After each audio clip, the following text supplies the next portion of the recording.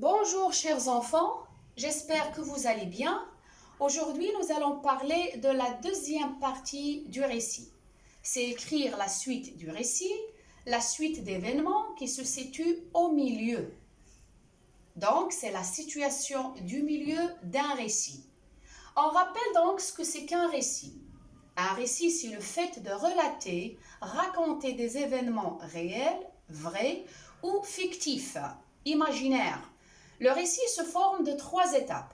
Premièrement, la situation initiale ou bien le début du récit.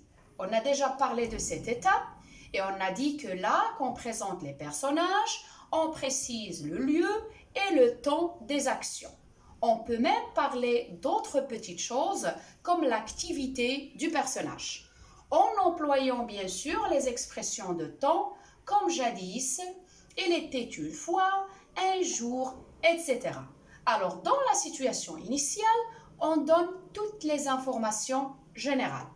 Pour la deuxième partie, la deuxième étape du récit, notre leçon d'aujourd'hui, et c'est là qu'on raconte ce qui se passe au milieu de l'histoire. Elle correspond à un événement inattendu ou imprévu. Il se produit et entraîne une suite d'actions. Comme expression de temps, on peut utiliser les expressions suivantes: tout à coup, soudain, ensuite, puis, alors, tout de suite, etc. Donc la deuxième partie du récit, qui est la situation du milieu, est une suite d'actions qui entrent pour changer le début de l'histoire. Et parce que cette étape est la plus longue de l'histoire, elle-même, elle se compose de 3 éléments.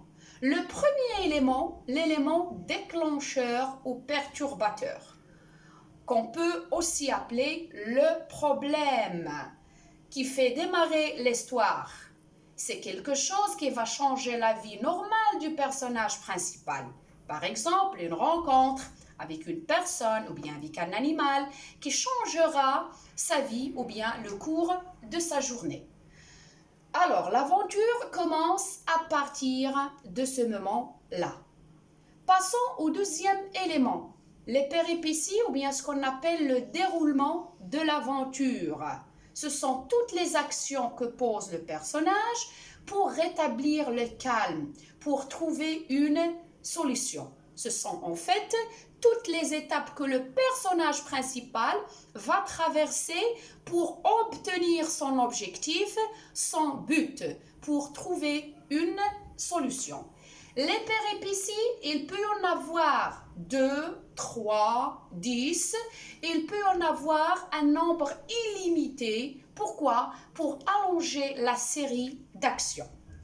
Après toutes ces péripéties, toutes ces étapes-là, il y a le troisième élément, le dénouement, et le moment où la solution du problème ou au défi est trouvée. Donc, c'est une action qui rétablit la situation, qui donne une solution. C'est ici où le personnage principal, le héros de l'histoire, réussit sa mission et atteint son but.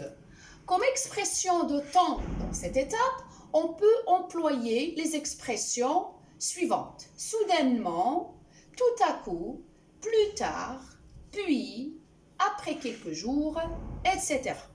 Chers enfants, pour bien comprendre, je vous propose une histoire exemple et je vous invite à chercher avec moi où se trouve chaque étape de la situation du milieu, l'élément déclencheur, les péripéties et le dénouement.